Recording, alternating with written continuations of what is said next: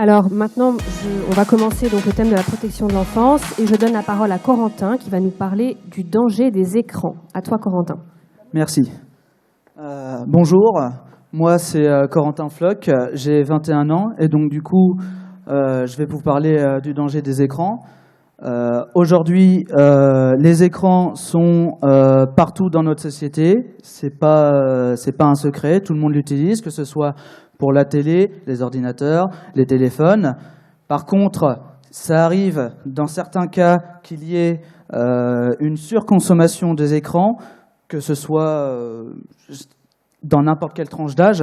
Mais le problème qui se pose, c'est quand cette surconsommation atteint les enfants. Et là où des enfants qui ont grandi avec cette surconsommation se développent mal et ont des problèmes à force en grandissant.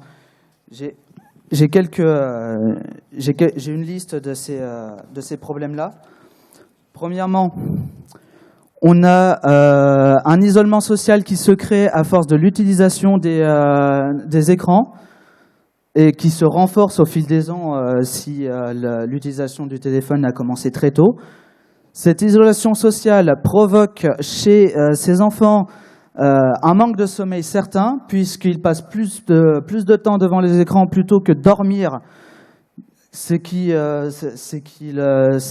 les rend beaucoup très fatigués, qui provoque également une irritation accrue, ces enfants sont plus sujets à des crises de colère, ou chez d'autres personnes, le problème de cette surconsommation se présente sous la dépression qui se fait sentir chez certaines personnes et qui peuvent aller jusqu'à faire des tentatives de suicide. Ensuite, il y a d'autres problèmes précisément. L'accès aux écrans donne un accès à n'importe quel contenu, que ce soit sur les réseaux sociaux, sur les plateformes de streaming ou sur autres. Mais ça, ce sera abordé beaucoup plus tard. Également, un autre sujet qui sera abordé juste après moi, c'est le cas de la prostitution sur Internet. Donc, premièrement, qu'est-ce qui se passe à cause de ça? Pourquoi on en vient à cette situation? C'est parce que, premièrement, il y a peut-être un manque de responsabilité, un certain laxisme chez certains parents qui prennent pour habitude d'utiliser l'écran pour apaiser leurs enfants en cas de crise. Sauf que je tiens à rappeler que l'enfant a besoin d'interaction sociale pour s'épanouir, pour construire sa personnalité. Or, s'il est posé devant un écran, sa construction se fait à travers l'écran et alors, dans ce cas, il part sur une mauvaise pente. Ensuite, nous avons les 1000 premiers jours durant lesquels l'enfant doit avoir le plus d'interaction sociale. Donc, du coup, le moment où il ne doit pas du tout avoir d'accès à un écran quelconque. Ensuite, il faudrait que les parents prennent la responsabilité et donc peut-être vérifier un petit peu plus l'utilisation des écrans de leurs enfants. Derrière ce problème se situe, une fois que l'enfant est habitué à utiliser les écrans, il n'en décroche plus. Mais le problème qui se pose à présent, c'est le problème du manque de maturité. Ils n'ont pas assez de maturité lorsqu'ils sont jeunes pour comprendre tous les risques auxquels ils s'exposent lorsqu'ils utilisent Internet, que ce soit via les téléphones, via un ordinateur ou via les plateformes de streaming. Ils ont accès à tous les contenus sans filtre, ce qui pose un problème parce qu'un enfant jeune est vulnérable psychologiquement. Le simple exemple que je vais donner qui devrait pouvoir parler à tout le monde, c'est l'exemple de la voiture et du permis de conduire. Avant de donner le volant à une personne, on lui fait faire passer le code de la route, on lui fait passer le permis de conduire pour qu'il ait conscience des risques auxquels il s'expose lorsqu'il prend le volant. J'aimerais que ce soit la même chose pour les enfants qui utilisent les réseaux sociaux et autres sites Internet, qu'ils prennent conscience des risques auxquels ils s'exposent lorsqu'ils utilisent les écrans. Enfin, comment réussir à régler ce genre de problème ? Instaurer un contrôle parental qui soit beaucoup plus simple à mettre, parce que le contrôle parental actuellement, il existe, mais il est beaucoup trop difficile à mettre en place pour des personnes qui ne s'y connaissent pas forcément.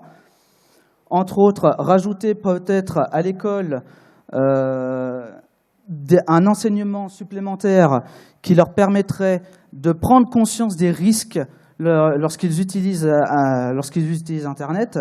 Et enfin, peut-être rajouter une sécurité supplémentaire sur n'importe quel site qui indiquerait aux parents que quelqu'un s'est connecté avec un compte, et donc du coup, le parent peut vérifier le contenu que son enfant est en train de regarder. Donc si je dois conclure sur une chose, je dirais, mettez des barrières à votre enfant, c'est pour leur bien. Merci Corentin. Corentin, j'ai une question pour toi. Je voulais juste savoir pourquoi tu as choisi ce sujet des écrans, du danger des écrans. Est-ce que ça te touche Alors, je suis témoin de ce problème assez souvent. Ça arrive souvent avec mes sœurs. Quand je les croise, impossible de parler avec elles. Le nez, les yeux rivés sur l'écran, aucune réaction extérieure. Et dès qu'on rentre dans leur monde fermé, c'est une réaction violente qu'on subit. Qu'est-ce que tu ressens par rapport à ça ? À la fois, ça m'énerve parce que impossible de discuter. Et en plus, moi, ça m'inquiète parce que pour l'avenir, on va vraiment partir sur cette chose-là, sur le fait que tout le monde ait les yeux rivés sur un écran et plus personne ne se regarde, plus personne ne se parle. Compris. Est-ce que quelqu'un souhaite intervenir, peut-être Madame la Ministre, sur ce sujet ? En réalité, tu mets le doigt sur un sujet qui est hyper important. Parce que dans le fond, un écran, c'est qu'un outil. On peut faire le meilleur avec et on peut faire le pire. Tout est une histoire de règles et de doses. C'est ça le truc. Les règles, c'est quoi ? C'est on ne va pas sur des sites qui sont trop violents, qui finalement sont pas faits pour soi, et en même temps une gestion du temps de l'écran, ce soit pour s'amuser, pour apprendre. Parce que, mine de rien, c'est comme un peu tous les sujets autour des réseaux sociaux. Les réseaux sociaux, ça peut être le meilleur, avec des chaînes de solidarité, avec des dons, des collectes. Ça va être magnifique, de magnifiques liens. Et ça peut être le pire. Et je pense évidemment au cyberharcèlement, je pense au revenge porn, enfin, à tout ce qu'il y a de plus horrible dans notre société. Et ben, les écrans, c'est pareil. Je pense qu'il faut un retour un peu de sensibilisation, d'alerte, une éducation des parents, encore plus, parce que ces derniers temps, ça va quand même super vite. Avant, ils mettaient un code, moi je me souviens, je suis pas très vieille en vrai, mais ils mettaient un code sur la télé, et du coup ça suffisait. Et la télé, elle s'éteignait à un moment. Sauf qu'avec un téléphone, tu peux installer l'appli que tu veux, et en réalité, plus tu es jeune, plus tu sais débloquer ta tablette, plus tu sais installer ce que tu veux. Et donc il y a un sujet et de règles et d'apprentissage, et je crois que c'est l'éducation qui donnera finalement l'outil pour doser, pour apprendre, en tirer le meilleur, et en même temps ne pas se laisser absorber, et bien garder tout ce qu'il y a de plus beau, c'est-à-dire voilà, les échanges, la beauté de se construire, de ressentir des émotions. C'est ça qui rend vivant, quoi. Merci beaucoup.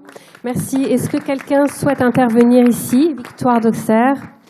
Merci, non, c'est un témoignage essentiel, effectivement, et je pense que déjà s'en rendre compte, c'est un pas pour en sortir, parce qu'on a pu constater pendant les différents confinements que les troubles psychiques aussi et les maladies mentales ont augmenté en raison de l'isolement, et c'est vrai que ça a participé aussi de s'enfermer sur son écran, et c'est essentiel de le souligner quand tu dis qu'on s'enferme effectivement dans ce monde-là aussi en raison de la comparaison avec des images qui finalement sont totalement fausses, mais de se rendre compte effectivement que ça nous fait pas du bien, que ça augmente l'anxiété.